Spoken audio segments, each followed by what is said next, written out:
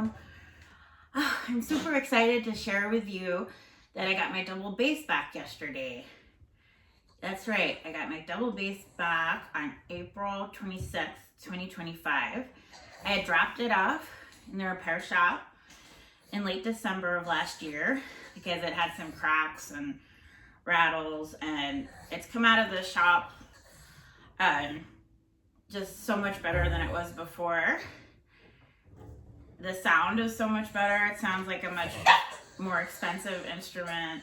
It sounds more resonant. It's wonderful. And I want to point out that this is not an expensive instrument. It's probably only worth, Jackson, stop it. It's probably only worth a few $1,000s, but after the repair, I hope I can enjoy playing it for years to come. Wow, Jackson is really having a moment. Anyway, I wanted to thank everyone who contributed to my GoFundMe to be able to pay for the repair. The repair wound up costing $3,400, and I raised $3,000 of it from family and friends. So I want to really thank you for your generosity to enable me to relearn playing the double bass and share music with the world on YouTube. So I'm making this channel update because I want to let everyone know what's going on. So I have enjoyed trying to play the electric bass for the last few months. I never got really good at it, and a lot of people pointed that out to me by telling me to practice more or things like that, and those are all valid points. I did enjoy playing electric bass. Jackson, please. And I will probably keep at it on a more limited basis, because I'm really excited to have my double bass back and relearn it. And so some of the things I'm going to do is I'm going to record on the double bass some of the music I had played on the electric bass, so that you can compare the sounds of the instruments and hear what that sounds like. So what I'll do is play the double bass, and then if it's a short, I'll link to the electric bass version, or if it's a video, I'll put a link in the video at the end so you can get to the electric bass version. So hear both of them. That could be fun.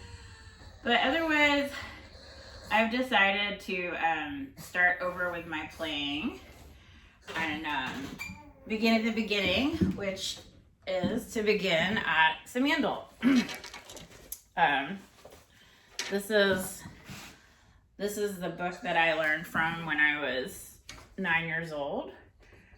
The New Method for Double Bass. It's the version edited. It's revised by Zimmerman and edited by Lucas Drew. And it's in English and Japanese, which is super cool. So I'm going to go through that because I have like a lot of things about my playing that I want to improve. I think that I need to improve my intonation because I think I often compensate for not being exactly in the right place with my vibrato. I also think I want to relearn my bowing so that instead of being like, it's hard to give an example, but sometimes my bow I feel floats around a bit, and I want to make sure that I can play slowly and steadily and towards the bridge at any part of the bow, which I have. What do I have for that? I have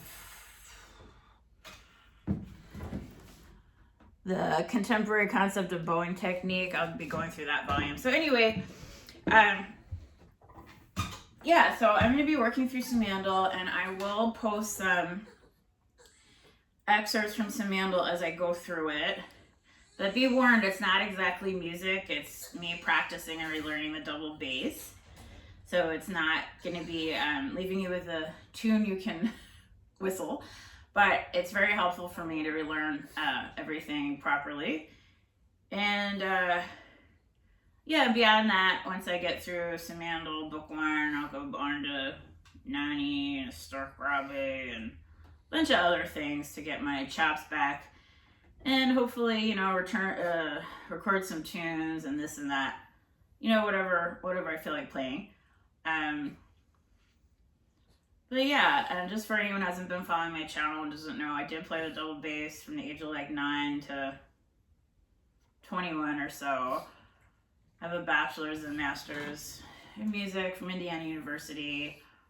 Some of my major teachers were Larry Hurst, John Hood, then earlier Ann Peterson and Joel Fancher.